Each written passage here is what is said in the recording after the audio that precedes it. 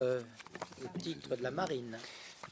Mesdames les présidentes, Monsieur le Président, Monsieur le Ministre, mes chers collègues, à l'issue de mes déplacements à Cherbourg, à Toulon, à Brest et en OPEX, je souhaite réaffirmer certaines priorités et préoccupations pour la Marine nationale.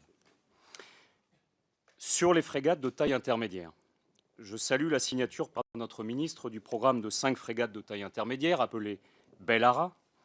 Il s'agit d'un programme majeur. Je rappelle qu'il poursuit un double objectif: permettre à la Marine nationale d'atteindre l'objectif des 15 frégates de premier rang, tout en favorisant les exportations.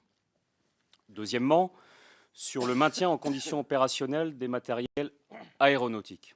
Des tensions, et c'est un euphémisme, persistent depuis quelque temps. Sur les ATL2, le constat est préoccupant. J'ai pu le constater à Cuers, malgré l'implication des acteurs et des personnels. Le nombre d'avions est plus faible à la base opérationnelle de l'Anbiway qu'à Cuers-Pierrefeu, siège de l'AIA, où leur MCO et leur rénovation sont entrepris. Sur un parc théorique de 22 appareils, près de la moitié de la flotte est en effet immobilisée à Cuers. La durée moyenne de visite a doublé, passant de 18 à plus de 36 mois pour les dernières visites. Certaines améliorations ont eu lieu, notamment le changement de prestataire logistique, mais des difficultés demeurent de manière significative. La situation des hélicoptères NH90 est également préoccupante. La Marine compte actuellement 17 appareils, dont 10 sont en entretien.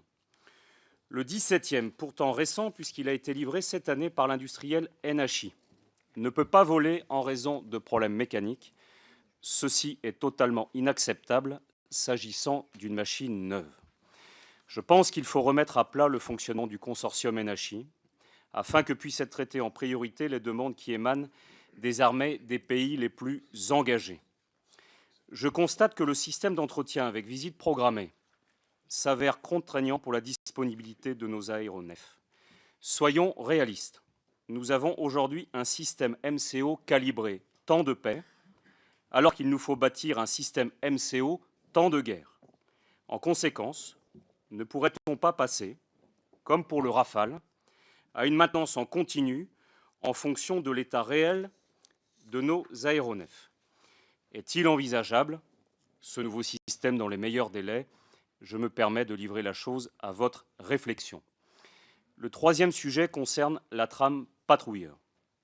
La réduction du format de la flotte était anticipée explicitement dans le cadre de la LPM, mais la situation opérationnelle a changé. Outre-mer, le vieillissement des patrouilleurs et le retrait du service actif de plusieurs bâtiments ont conduit à une réduction temporaire de capacité qui atteint actuellement 30%. Elle atteindra 60% en 2021, et ce jusqu'en 2024.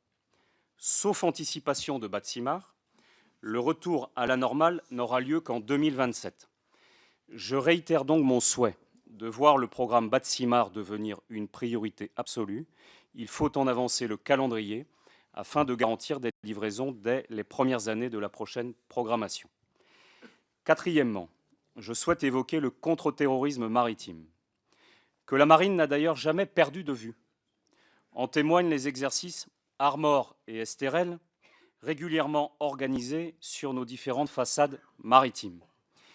J'ai assisté à un exercice du commando Hubert sur BPC, dans le cadre d'un scénario de type Bataclan-sur-Mer.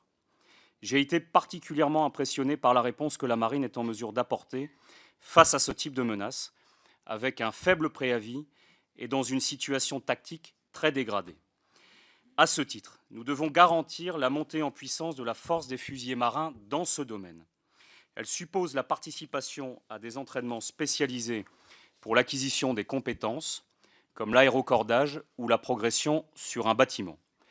Elle nécessite aussi le renforcement de certaines capacités. Je pense par exemple aux gilets pare-balles. Si les fusiliers marins sont davantage sollicités, les ressources doivent être adaptées.